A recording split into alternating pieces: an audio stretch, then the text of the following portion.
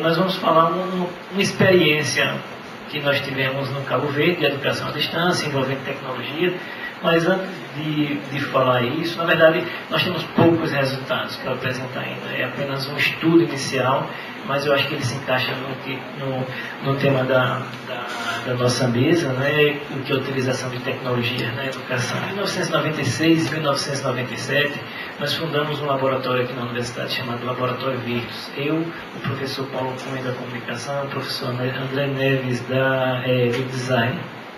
E nós, durante muito tempo, desde essa época, 1996 e 97, nós temos trabalhado, temos esforçado para estudar a instalação social do ciberespaço, né, e os efeitos da instalação social do ciberespaço no Brasil.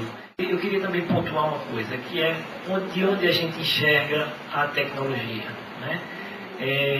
Durante muito tempo, principalmente a época que nós começamos, a tecnologia era vista como usurpadora do mundo analógico, né? Muita gente via a tecnologia como usurpadora do seu emprego, a usurpadora da sua possibilidade, a usurpadora de sua voz, a usurpadora do seu espaço, né?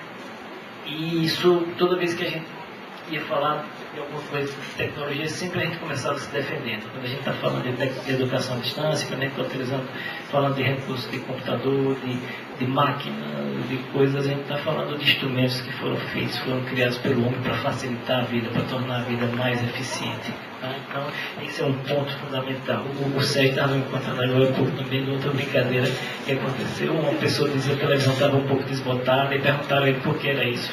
Né? E ele dizia, não, é porque quando chove aqui desbota o sinal. E, na verdade, isso é um pouco trazer a lógica analógica para a lógica digital. Né?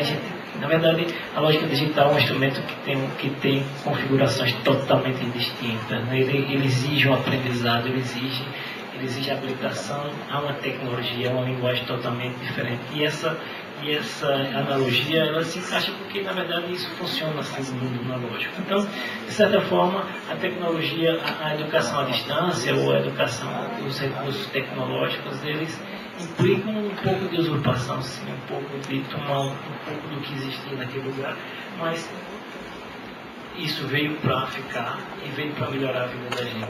Cabo Verde é um arquipélago e de uma ilha para outra, às vezes você tem 200 quilômetros de distância.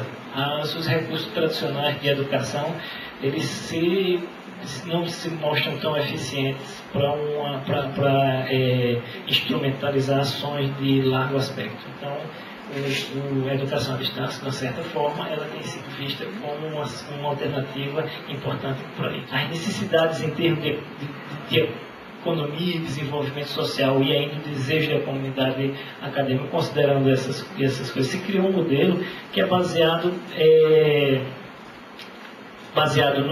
na visão dessa realidade insular, né, dessa realidade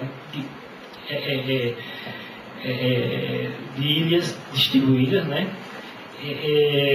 se identificou que lá não se reúnem não somente as condições necessárias para se fazer isso, mas também as condições ideais de se promover um experimento com a educação à distância. Eles queriam que se estabelecesse ciclos universitários em educação à distância, ou seja, formar graduandos, professores, educadores formados em educação à distância.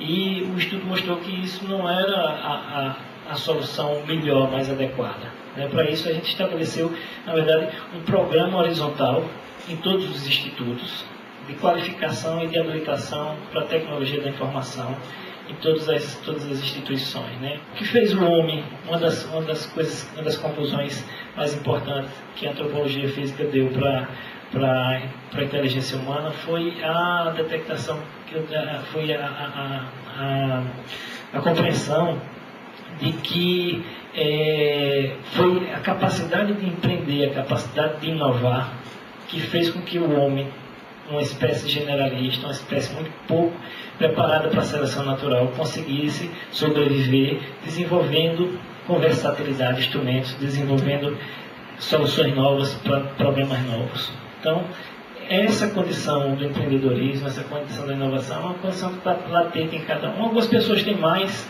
habilidade para isso, outras têm menos, mas elas precisam ser descobertas, elas precisam ser estimuladas para que elas possam ter uma aplicação social. Então, a função desse núcleo de empreendedorismo é justamente tentar despertar esses valores. Não se transfere valores com práticas, mas com práticas adequadas eles podem ser despertados, chamados atividades e apresentados com potenciais auxiliares, desde que associados a instrumentos tecnológicos como a educação à distância. Ela vai a educação à distância, ela vai servir, espera-se, para potencializar isso, para potencializar instrumentalmente esses valores.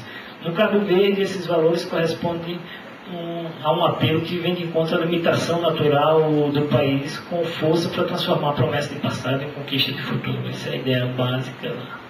Bom, eu vou fechando por aqui. Muito obrigado a todos.